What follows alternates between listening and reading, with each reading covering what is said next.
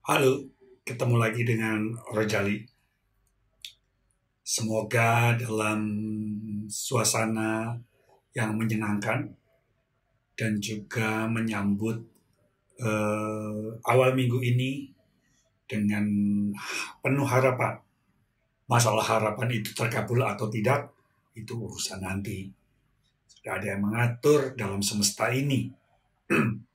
Teman-teman Rojali, kalau beberapa waktu yang lalu Rojali bercerita tentang kekesalan terhadap quotes and quotes sawah tempat mencari penghasilan.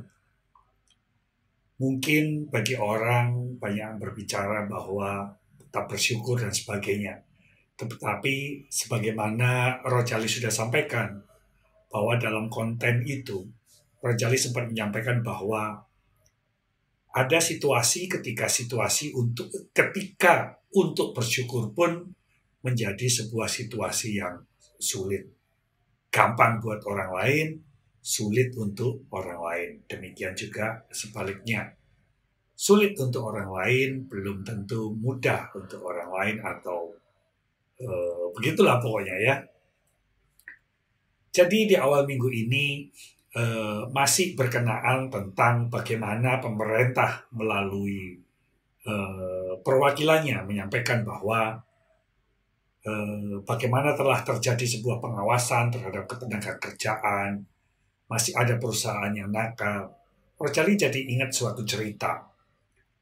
Anggap aja ini sebuah cerita yang belum tentu benar. Jadi, kembali lagi, biasanya perusahaan yang dablek-dablek itu ya adalah perusahaan keluarga atau family business yang nanggung. Kaya-kaya amat enggak gitu ya. Miskin jelas enggak gitu. Yang miskin karyawannya. Jadi ceritanya ada 2 poin di sini. Poin pertama jelas bahwa ada dugaan dan kemungkinan berdasarkan rumor. Rumor ini selentingan ya.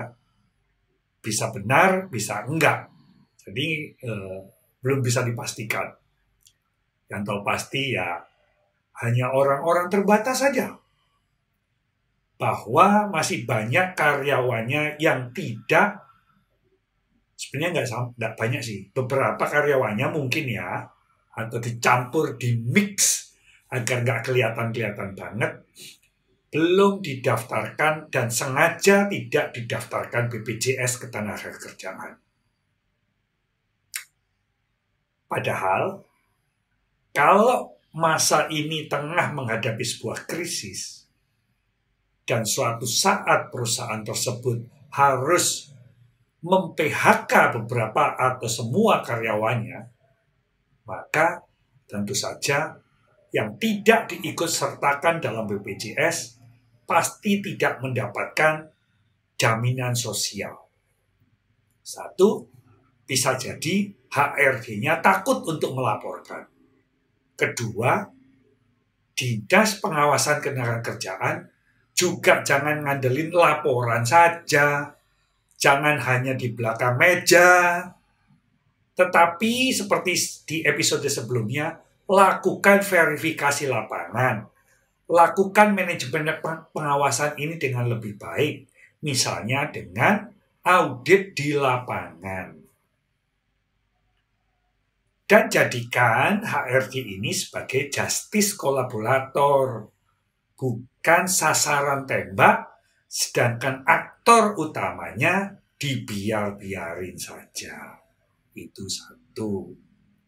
Yang kedua, selama pandemi lebih dari 2 tahun, kalaupun bahwa THR katanya waktu itu wajib dibayarkan, ini terjadilah sebuah kisah, rumors, katanya bahwa THR itu tahun 2001 ya, belum dibayarkan. Dan akhirnya sudah dibayarkan secara angsuran kepada karyawannya sebanyak 10 kali angsuran atau mungkin 12 kali angsuran. Jadi sampai poin ini yang punya hutang siapa? Perusahaan atau karyawan? Ini dari hak loh, jangan ngomong kewajiban dulu. Karena pada setiap kewajiban, misalnya nggak masuk gitu, maka tentu saja atas gajinya juga akan dipotong proporsional dengan absensinya.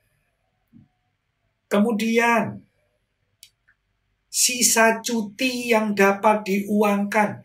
Nah, kebetulan katanya, rumorsnya, dengar-dengar bahwa sisa cuti ini dalam perusahaan sebuah family business tertentu ini bisa diuangkan. Karena tahun-tahun sebelumnya memang diuangkan. Tetapi pada periode ini, pada saat itu, sisa cuti dibayar separuh. Dan separuhnya akan dibayar. Maaf, di sini Ranjut nih, Rojali nih. Gini, sisa cuti dibayar separuh. Separuhnya dibayar secara mengangsur oleh perusahaan kepada karyawan sebanyak 10 atau 12 bulan. Sedangkan setengah sisa THR tahun sebelumnya belum dibayarkan dan tidak pernah ada kepastian mau dibayar atau tidak. Mungkin loh ya, kalau ditanya ya pasti akan dibayar nanti kalau ada uang. Nah, jadi di sini juga terjadilah bahwa siapa yang hutang? Yang hutang kan perusahaan terhadap hak karyawan yang harus diterima oleh karyawan. Ada 2 poin. Poin pertama yaitu adalah masalah BPJS. 2 adalah masalah yang punya hutang adalah perusahaan atas THR, sisa THR yang belum dibayar, dan sisa cuti yang belum lunas dibayarkan.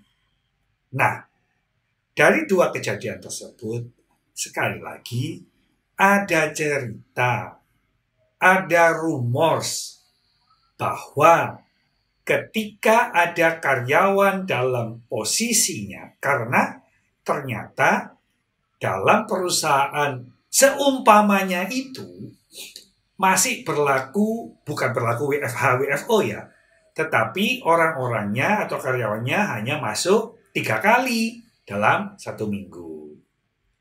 Dan kemudian sebagian sudah masuk penuh, sesuai dengan kebutuhan dari perusahaan itu. Demikian. Nah, jadi sebetulnya aturannya kan selama pandemi bahwa yang dibolehkan dalam aturan jam kerja atau pekerjaan adalah WFA dan WFO.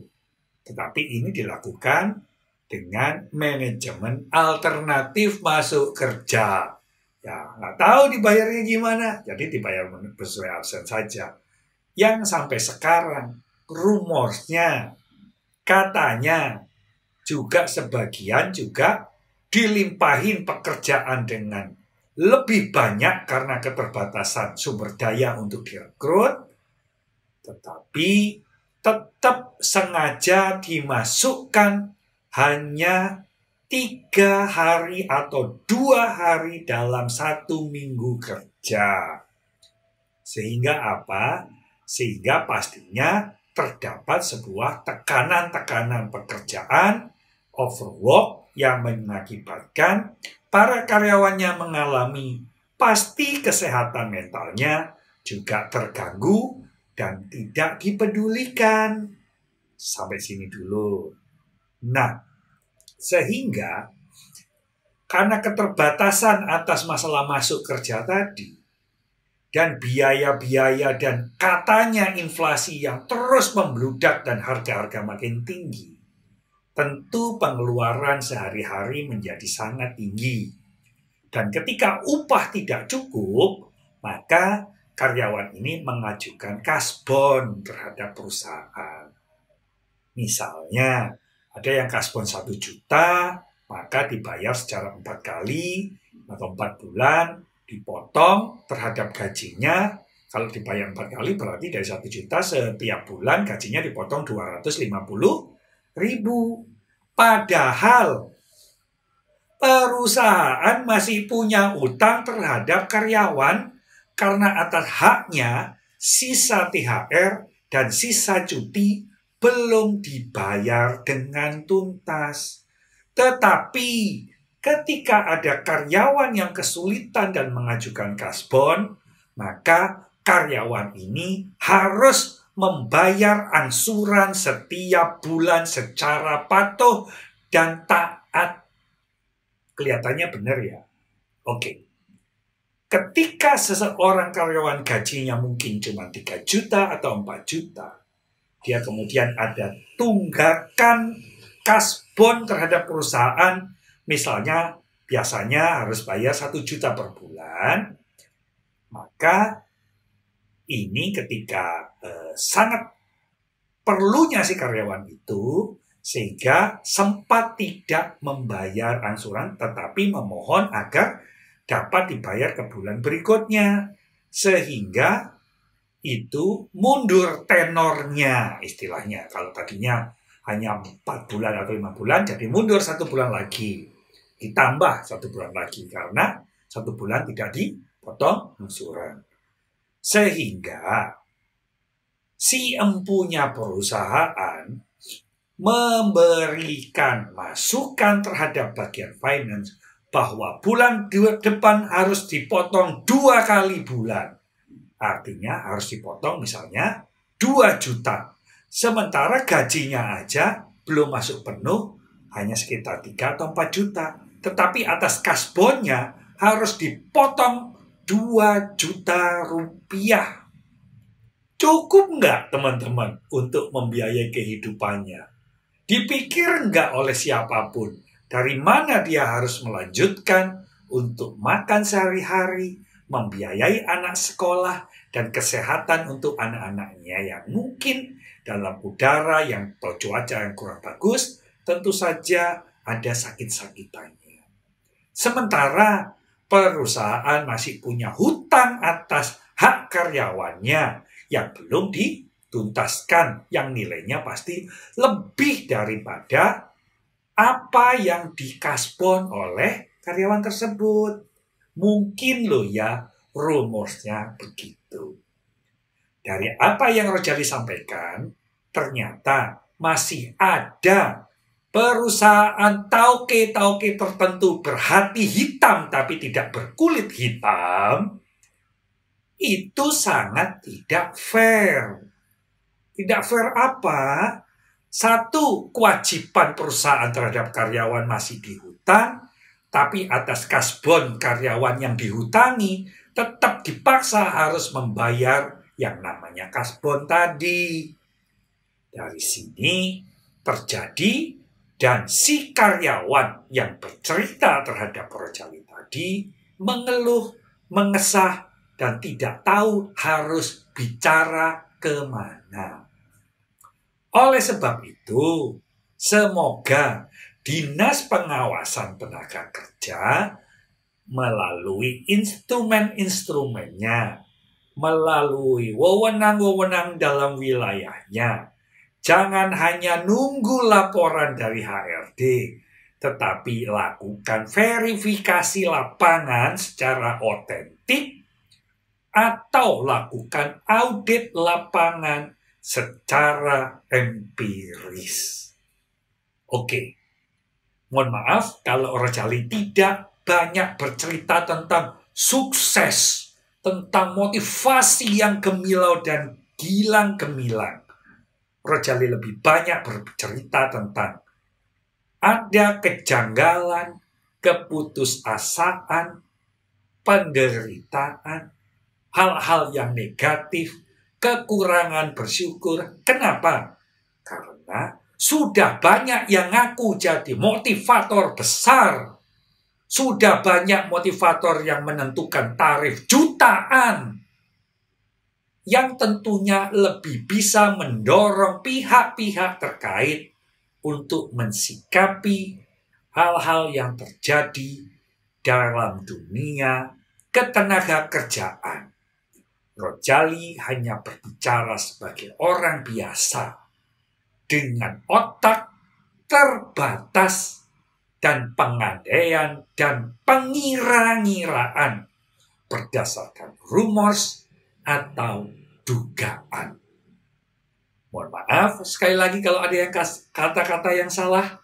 Mohon bimbingan, mohon komen di bawah ini, dan tentu saja subscribe lo ya. Sampai ketemu lagi.